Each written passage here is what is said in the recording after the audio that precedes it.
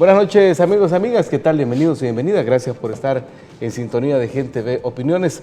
Hoy vamos a hablar del tema de seguridad, que es un tema que nos preocupa y nos interesa a todos los salvadoreños y salvadoreñas.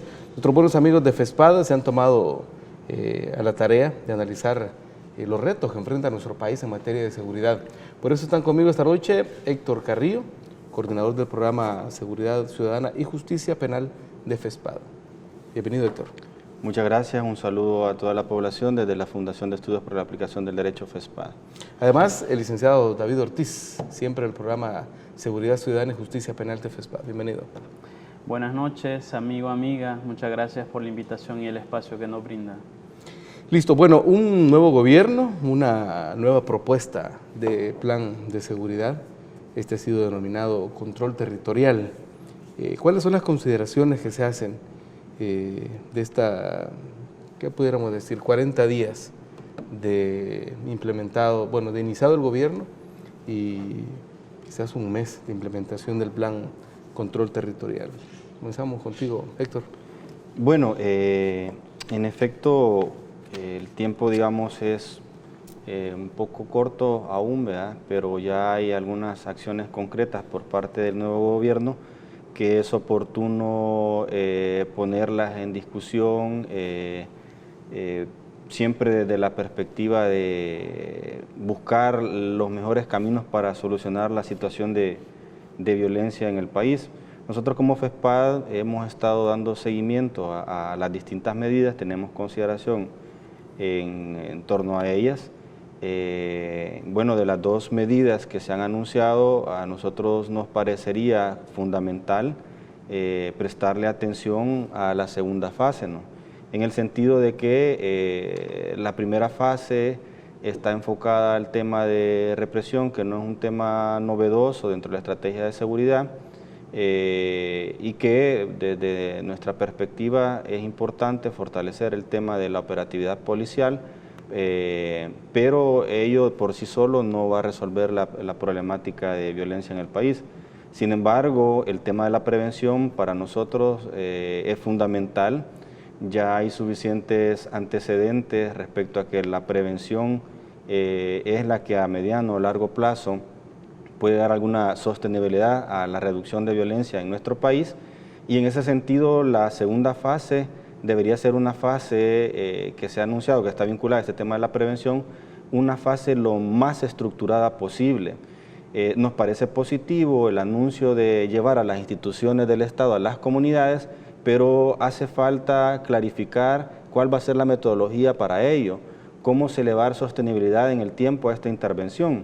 Si queremos reducir la violencia, mantener el control, por decirlo así, de los territorios, una parte fundamental es activar a la comunidad en torno a sus problemáticas.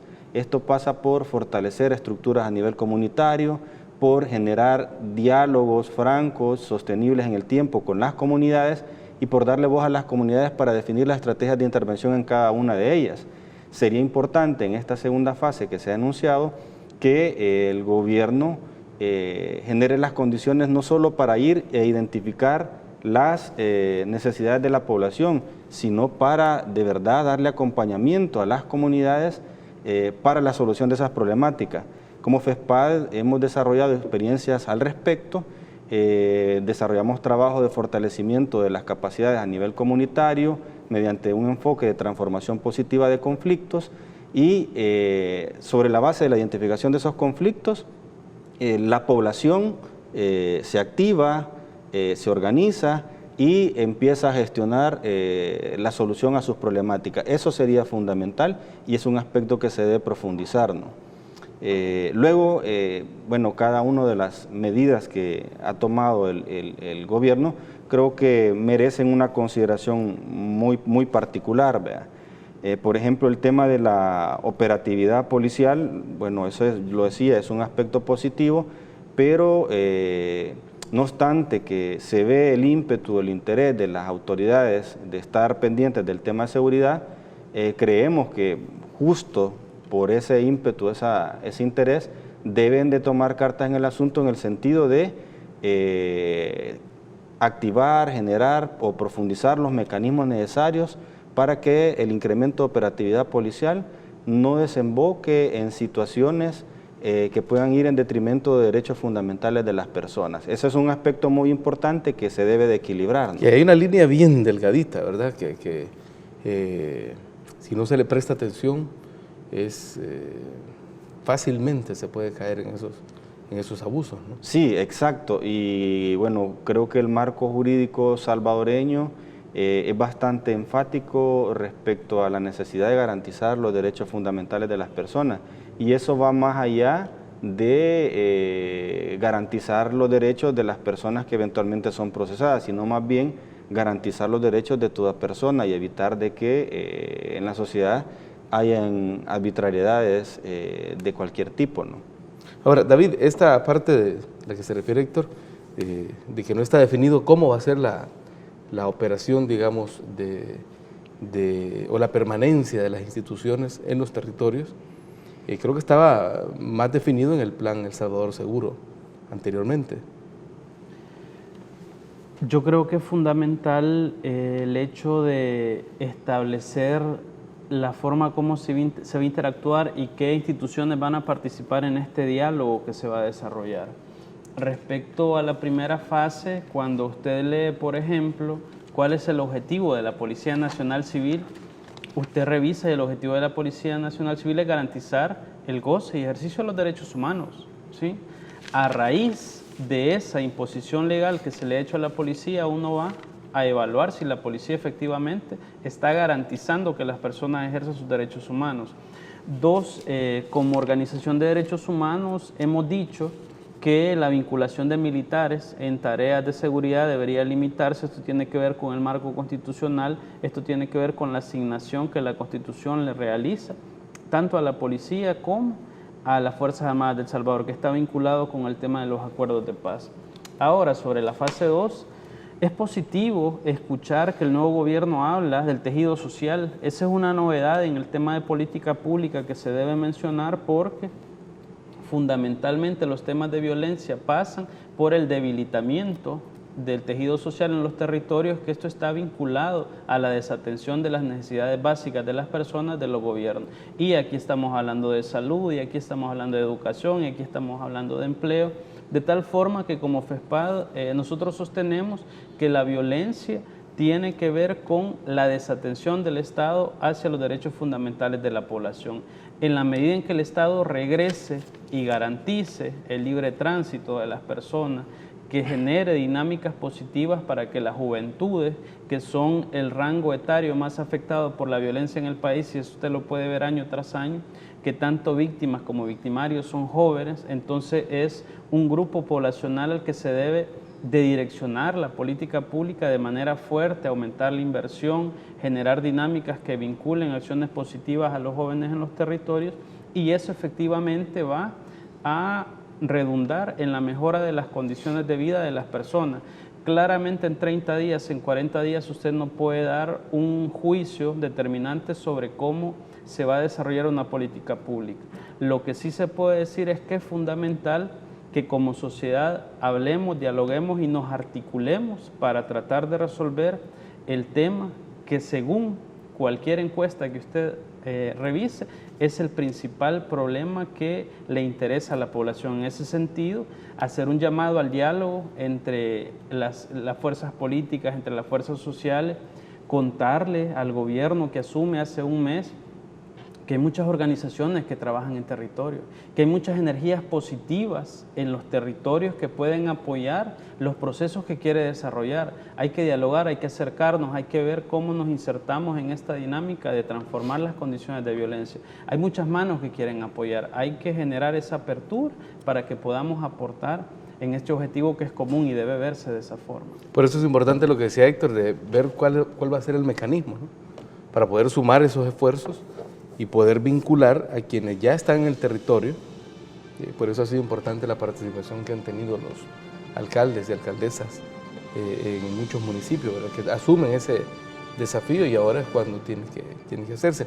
Cuando regresemos de la pausa, me gustaría que habláramos del tema de las medidas que se están ejecutando en centros penales, que ha sido una de las medidas de las cuales más hemos visto noticias en los últimos días. Una pausa y no más.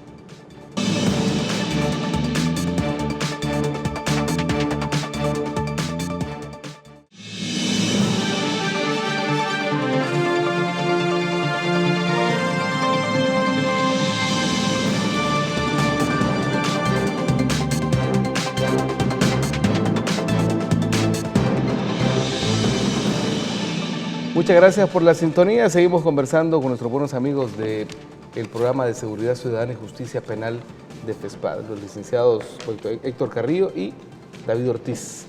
Héctor, el tema penitenciario es uno de los ejes fundamentales. Hay medidas que se han adoptado en los centros penales, algunas se han retomado de lo que se venía ejecutando en el gobierno anterior. ¿Cómo evalúan el manejo que se está haciendo en este momento? Bueno, nosotros como institución sobre el tema penitenciario yo creo que también es importante que el gobierno reflexione cuál es la orientación que a mediano o a largo plazo le va a dar al sistema penitenciario. Y esto es necesario más allá de a veces, es comprensible a veces el nivel de frustración que existe en la población tras décadas y décadas de que no se resuelva el problema. Es comprensible también el deseo de querer mostrar acciones concretas, pero hay que ver el sistema penitenciario como parte de los componentes que hay que articular de manera adecuada para resolver el tema de la violencia social, porque desde nuestra consideración el sistema penitenciario no está logrando su cometido. Y las medidas que se vienen implementando desde el gobierno anterior y hoy que se han reforzado no van a contribuir a largo plazo a resolver ese problema. Doy algunos datos para que se comprenda esta posición. Entre el año 2000 y este año, bueno, en el año 2000 el número de privados de libertad era de 7.800 personas. Actualmente supera las 40.000 personas. Es decir, hemos tenido desde el año 2000 a esta fecha un crecimiento de población privada de libertad increíble. Estamos hablando de más de 30.000 personas que ha crecido la población penitenciaria y el fenómeno de violencia sigue presente. Quiere decir de que el hecho de capturar y encerrar a la gente no resuelve por sí el problema. Otro dato importante para entender en el contexto el sistema penitenciario. Algunas características de las personas privadas de libertad.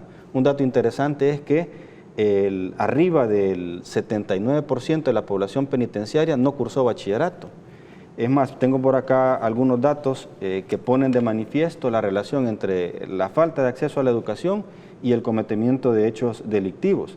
Resulta que de la población penitenciaria, el 35.83% tienen educación primaria. Estamos hablando de 14.247 personas. El 36.53% tienen apenas educación secundaria. Estamos hablando de otras 14.525 personas. Ahí estamos hablando de, bueno, a esto le sumamos, hay un 6.82% que es analfabeta. Ahí tenemos la mayor parte de la población penitenciaria, alrededor de un poco más del 79%. Y aquí viene otro dato interesante. El 18.71% tiene bachillerato. Estamos hablando de 7.440 personas. Y interesante esto, solo el 1.85% tiene nivel universitario. Estamos hablando de 733 personas. Estos datos ponen de manifiesto dos cosas. Bueno, una, que la población, hay una vinculación directa entre la falta de educación en la sociedad y el cometimiento de hechos delictivos. Y dos, que la verdadera solución está fundamentalmente en el tema de la educación si queremos soluciones a largo plazo. Otro aspecto que pone de manifiesto la necesidad que este gobierno le ponga atención al tema penitenciario y cómo adecuarlo a mediano o largo plazo. Hasta el momento se han anunciado solo 2 etapas. Uno esperaría que haya una etapa que tenga que ver con la rehabilitación y la reinserción, porque Resulta que el 93.47% de las personas privadas de libertad se encuentran en el régimen cerrado, cuando la lógica del sistema penitenciario es someter a una persona a un proceso, a un tratamiento penitenciario para lograr su readaptación, para formarle hábitos de trabajo, para generarle condiciones de incorporarse a la sociedad. Ese es el esquema que está en el artículo 27 de la Constitución. De esa población penitenciaria, solo el 5.63% está en la fase de confianza y solo el 0.90% está en la fase de semilibertad. Es decir, el sistema penitenciario no está cumpliendo el papel que debería de cumplir, y ese es otro reto para el actual gobierno. Obviamente es un reto que tiene que ver, al igual que todos los temas de seguridad, con toda una situación heredada por décadas. Claro. Ahora, el punto es que ahí en los centros penales es donde, bueno, se viene detectando, es evidente, que de ahí salen muchas de las órdenes para cometer delitos. Es decir, es obvio que requiere una atención muy especial. ¿Te parece, David? Cuando usted escucha la cifra y se da cuenta que el Estado optó por encarcelar masivamente a personas en una infraestructura que no estaba construida para poder soportar ese número de personas que lleguen, está claro que el Estado va a perder el control de las distintas relaciones que se dan ahí. Y si a eso le agregamos que la capacidad de depurarse de los cuerpos penitenciarios no es muy óptima, y si a eso le agregamos que el nivel salarial tampoco es el mejor, claramente hay bastantes elementos para que haya corrupción. Ahora, hay una resolución de la Sala de lo Constitucional que declaró inconstitucional la situación de los centros penales y da algunos lineamientos sobre qué se debería hacer para superar ese estado inconstitucional. Por ejemplo, generar mayor personal técnico para que evalúe y pueda cambiar ese escenario de que el 90% de la población penitenciaria esté en un régimen cerrado, por ejemplo. Generar condiciones de salud, generar condiciones en donde pudiera cumplirse la pena que se impuso de manera digna. Entendamos que cuando una persona es sentenciada, no es que pierda todos los derechos, pierde el derecho a la libertad y los derechos políticos. Ahora, también debemos decir de que la tercera parte de la población penitenciaria no está condenada aún. Ahora, usted, amigo o amiga que está viendo este programa, imagínese que a usted lo acusan de un delito y que lo van a poner a un penal con régimen extraordinario. Porque normalmente uno, como salvadoreño, como ciudadano, cree que uno, como persona buena, nunca va a ir a pisar un penal, pero créame que no, a cualquier persona le puede pasar, y ahí usted va a entender la importancia de que la Constitución diga que los centros penales son para reeducar y rehabilitar a las personas, no para generar procesos que incluso las Naciones Unidas los ha llamado como procesos que buscan deshumanizar el cumplimiento de la pena. Entonces el tema de centros penales es fundamental y deben de dedicarse energías importantes para tratar de abordarlo. Claramente esto tiene que pasar por el hecho de conocer cómo son las dinámicas de poder que se mueven alrededor de los centros penales, por desarrollar procesos de generación de capacidades. El elemento de educación es fundamental.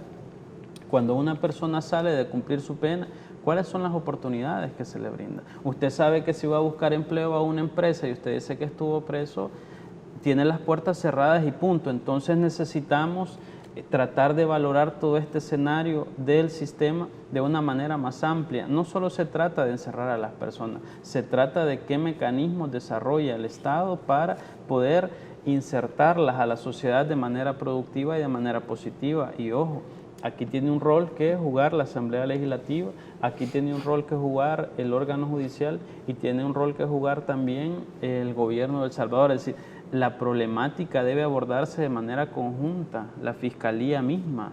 Si hace redadas de 500 personas, si detiene mensualmente 3.000, 4.000 personas, ¿cuántas personas de esas siguen detenidas? Sí, porque uno de los datos que se está brindando en las últimas semanas es ese incremento en las capturas, ¿verdad?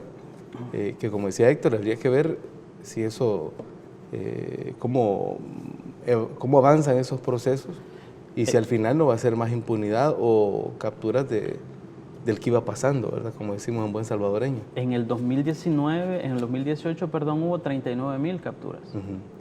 Entonces preguntémonos como sociedad si eso realmente nos generó una apariencia o una mejora en el tema de seguridad, porque aquí se quiere ver el tema de seguridad solo como efectividad policial. Y la policía no se le puede cargar sobre los hombros el tema de seguridad. El tema de seguridad le compete a todo el Estado y cada institución debe jugar el rol que le corresponde, porque en eso reside nuestro sistema republicano de gobierno que tenemos. Entonces, eso es importante decirlo porque cualquiera puede pensar que es un tema de gobierno. No, este es un tema de Estado y cada institución debe responder por la responsabilidad que le cabe. Y en el Estado estamos todos, ¿verdad? Desde el papel que nos toque jugar, incluso nosotros como medios de comunicación.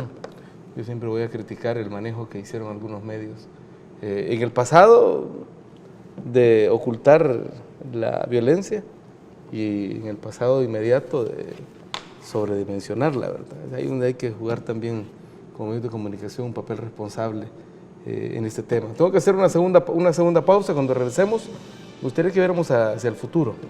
¿Cuál es la expectativa que hay ante este nuevo plan de seguridad, de control territorial? Una pausa y venimos con más.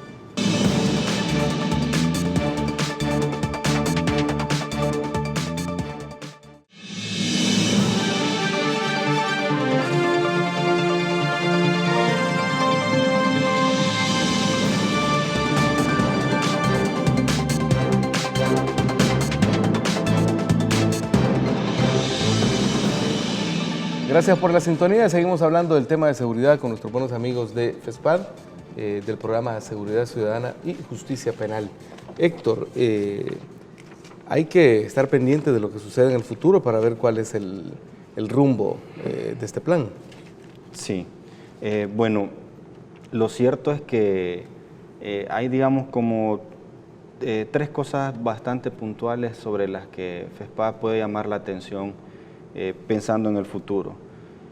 Uno, que este es un llamado tanto al gobierno como a la sociedad en general, a los sectores organizados, de poner énfasis en el tema de la prevención. Ese es el camino en realidad para una solución sostenible en el tiempo al tema de la violencia.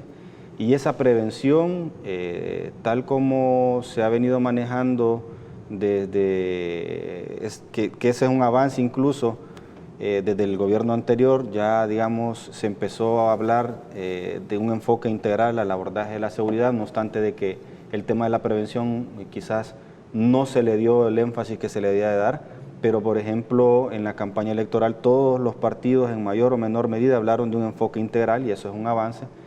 Entonces todos debemos de tener claro que ese es el camino, un camino que pasa por satisfacer los derechos de la población. El Estado debe de tener al centro lo que la Constitución dice, que es la persona humana. Lamentablemente el Estado, bueno, es una situación histórica que el Estado no ha respondido necesariamente a los intereses de las mayorías. Ese es un reto para las organizaciones de la sociedad civil y un reto para el Estado. Ese es el camino, la prevención, y hay que estructurarlo, hay que darle una metodología que la haga sostenible en el tiempo. Eso es muy, muy importante, y relacionado con esto hay un segundo aspecto a tener en cuenta, que el gobierno debe abrir, mantener y fortalecer espacios de interlocución con organizaciones de la sociedad civil. Diversas organizaciones de la sociedad civil tienen vasta experiencia en el tema de prevención, tienen amplia experiencia en el trabajo de prevención de la violencia y cultura de paz, directamente, con trabajo directo con las comunidades, experiencia en la transformación positiva de conflictos. Y si una cosa tenemos bastante clara es que es importante a la población abrirle espacios de interlocución con el Estado, pero también generar cambios a nivel personal que vuelvan a cada persona, a cada hombre, a cada mujer, individuos, personas de cambio. Eso es muy importante y creo que las organizaciones de la sociedad civil tenemos mucho que aportar. En ese sentido, el llamado a que se abran estos espacios, y también una tercera cosa es tomar medidas que garanticen el abordaje integral en la presente administración, pero también después de esta, porque esperamos que el énfasis se ponga en la prevención y que hayan resultados positivos a mediano plazo, pero que se garantice también que eso va a seguir en el futuro. ¿Y por qué? Entre otras cosas, eso pasa por tener un marco legal en materia de prevención. A estas alturas, con más de 71.000 personas muertas por causas violentas desde el año 2000 a la fecha, con más de 40.000 personas privadas de libertad sin que el tema de la violencia social reduzca, no tenemos un marco legal en materia de prevención. Eso es sumamente grave y es una cosa que le compete no solo al órgano ejecutivo, sino de manera primordial también al órgano legislativo, donde hay algunas propuestas, incluso desde la sociedad civil, que no han sido retomadas. También profundizar, mejorar y dar recursos a la atención a las víctimas de la violencia. Entre otras cosas, también es necesario un marco legal para ello. Bajo esas circunstancias que ya mencioné, en este momento El Salvador no tiene un marco legal para la atención a las víctimas de la violencia. Eso es sumamente grave porque no permite cerrar los círculos de violencia. Y también es necesario ponerle atención al tema de la rehabilitación y la reinserción como parte de ese ciclo que hay que cerrar. Ahora, también ahí entra el tema de la administración de justicia, ¿no te parece, David? Sí, retomando un poco la intervención que yo hacía en el bloque anterior, el tema de seguridad nos compete a todos y todas. Es decir, cada institución del Estado tiene un papel que jugar en este punto. Y respecto a lo que decía Héctor, aquí hay que estar pendiente de cómo la cultura va a regresar a los territorios, cómo va a regresar el deporte, cómo va a regresar la salud, cómo se va a poner a la educación como eje central para transformar las condiciones de las comunidades excluidas. Aquí hay que hacer un mapa de violencia y usted se va a dar cuenta cómo esos guetos, esas comunidades en donde el Estado no garantiza una vida digna, tiene mucho que ver con los cinturones de violencia que existen en el país. Aquí está clara cuál es la metodología, la forma de intervención que hay que realizar. Lo que tenemos que ver es cómo se va a ir desarrollando y cómo se van a ir implementando esta fase. Hay mucho joven que necesita una oportunidad, que quiere vincularse positivamente a la sociedad, pero que la sociedad no le genera esos canales para poder estudiar una carrera universitaria, para poder desarrollar deporte de alto desempeño, para estudiar cultura, para estudiar arte.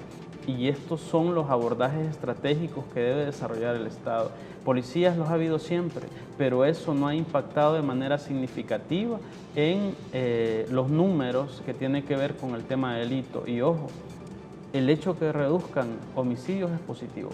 Y ninguna persona se va a contrariar porque eso pase, pero aquí hay violencia contra la mujer, aquí hay violencia contra la niñez, aquí hay distintos tipos de violencia que no se visibilizan y eso está a la base de todo el contexto de violencia que vivimos como la sociedad. Eso hay que transformar. No se trata de hacer capturas masivas, se trata de abordar de la raíz, por eso hay que ser radical en este abordaje. Hay que abordar desde la raíz las condiciones que generan que seamos la sociedad que somos. Mientras eso no se haga, vamos a seguir repitiendo fórmulas que ya demostraron que no funcionan. Al final, las pandillas son una expresión de esa violencia generalizada, ¿no? Es una de las formas que tiene, nada más. Las pandillas son hijas de las condiciones de sociedad que nosotros tenemos. Pandillas hay en muchos países, pandillas hay en Jamaica, pandillas hay en Ecuador, pandillas hay en España, pero ¿por qué las pandillas que en El Salvador tienen las connotaciones que tienen? Eso tiene mucho que ver con el tipo de sociedad que somos y eso es lo que necesitamos transformar. Podemos tener otras 40.000 personas en centros penales, que ya llegamos a 40.000, pero lo que está claro es que eso no cambia la realidad violenta que tenemos. Hay que atacar la raíz, hay que ver la raíz, hay que transformar esas relaciones que existen en los territorios y está claro que cada institución del Estado, incluyendo al órgano judicial, le corresponde el tener un rol bastante activo en esta dinámica. Héctor, David, quiero agradecerles por tomarse el tiempo de venir a compartirnos estas opiniones, esta información y espero verlos más seguido por acá. Bueno, gracias a ustedes. Nosotros como fundación estamos siempre a la disposición para apoyar cualquier acción que esté encaminada a reducir la violencia social siempre y cuando se haga sobre la base del respeto de la dignidad humana, la construcción de la paz y la democracia en El Salvador. Muchas gracias por la invitación. Este es un tema que debemos hablar más, que debemos dialogar más, y está claro que cada salvadoreño, cada salvadoreña tiene algo que decir. Involucrémonos, tratemos de aportar desde lo positivo para que nuestro país cambie, y en eso todos y todas tenemos algo que dar. Perfecto, muchísimas gracias. Y a ustedes, amigos y amigas, quédense con Gente Ve. Hay más para todos y para todas. Pasen buenas noches.